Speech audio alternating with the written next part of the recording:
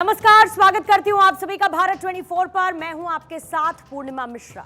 ये नया भारत है और ये कहानी भी नए भारत की कहानी है और आपका एक बार फिर से इंडिया स्टोरी में स्वागत है। इससे पहले कि हम आपको आज की इंडिया स्टोरी के सफर पर लेकर चले, हम आपको कुछ आंकड़े दिखाना चाहेंगे। ये आंकड़े डराने वाले हैं क्योंकि आंकड़े बताते हैं कि पूरी दुनिया में करीब 90 लाख लोग हर साल सिर्फ वायु प्रदूषण की वजह से दम तोड़ देते हैं और इसमें भी सबसे बड़ा हिस्सा भारत का है, जहां पर हर साल 21 लाख से भी ज्यादा लोग हर साल जहरीली हवा की वजह से मर जाते हैं, यानी कि उनकी मौत हो जाती है। इसका मतलब यह है कि हर घंटे करीब 12 लोग वायु प्रदूषण की वजह से अपनी जान गंवा रहे हैं।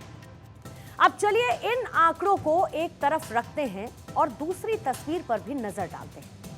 मॉनसून के मौसम में ऐतिहासिक सूखे की ये तस्वीरें किसी रेगिस्तान की नहीं बल्कि यूरोप की हैं। उस यूरोप की जो अपनी खूबसूरत आबो हवा के लिए मशहूर है। कहीं पर गर्मियों में बर्फबारी तो कहीं पर सर्दियों में सूखा, कहीं पर बेमौसम बारिश तो कहीं पर तूफान। मौसम का ये बिगड़ा मिजाज और कुछ नहीं, ग्लोबल वार्मिंग का नतीजा है। वो ग्लोबल वार्मिंग जिसकी वजह से धीरे धीरे धरती का तापमान बढ़ रहा है और इतना ज्यादा कि आने वाले वक्त में दुनिया भर के ग्लेशियर्स का एक बड़ा हिस्सा पिघल जाएगा। और अगर ऐसा हुआ तो समंदर का लेवल इतना बढ़ जाएगा कि मालदीव जैसे देश और मुंबई जैसे शहर दुनिया के नक्शे से गायब हो जाएंगे।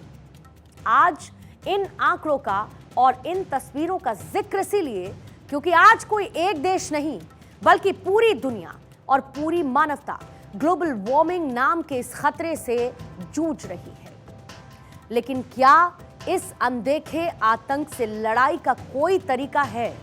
और अगर है तो इस दुश्मन से लड़ेगा कौन? हाँ, इसका तरीका है और वो तरीका हिंदुस्तान के सदियों पुराने दर्शन में मौजूद है। शायद इसीलिए वो बृहदारण्यक उपनिषद में कहा गया है, सर्वे भवन्तु सुखिनः सर्वे सन्तु निरामयाः सर्वे भद्राणि पश्यन्तु मा कश्चित् दुख भाग भवेत्। यानी कि सभी सुखी हों, सभी रोग मुक्त रहें, सबका शुभ हो और किसी को दुख ना पहुंचे। और यही वो तरीका है जहां पर सिर्फ अपने लिए नहीं बल्कि पूरी दुनिया के बारे में सोचा जाता है। आज जब पूरी दुनिया ग्लोबल वार्मिंग के खतरे से जूझ रही है, तब भारत दुनिया को एक संदेश दे रहा है कि अगर धरती को बचाना है तो अपनी लाइफस्टाइल को एनवायरनमेंट फ्रेंडली बनाना होगा।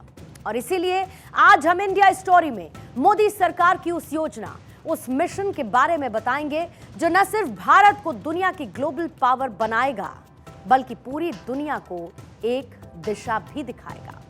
क्योंकि आज द इंडिया स्टोरी में हम ग्रीन एनर्जी को लेकर भारत की मुहिम की बात करेंगे जो भारत को एनर्जी का इंपोर्टर नहीं बल्कि एक्सपोर्टर बना देगा, और वो भी ग्लोबल वार्मिंग से लड़ाई के कमिटमेंट के साथ।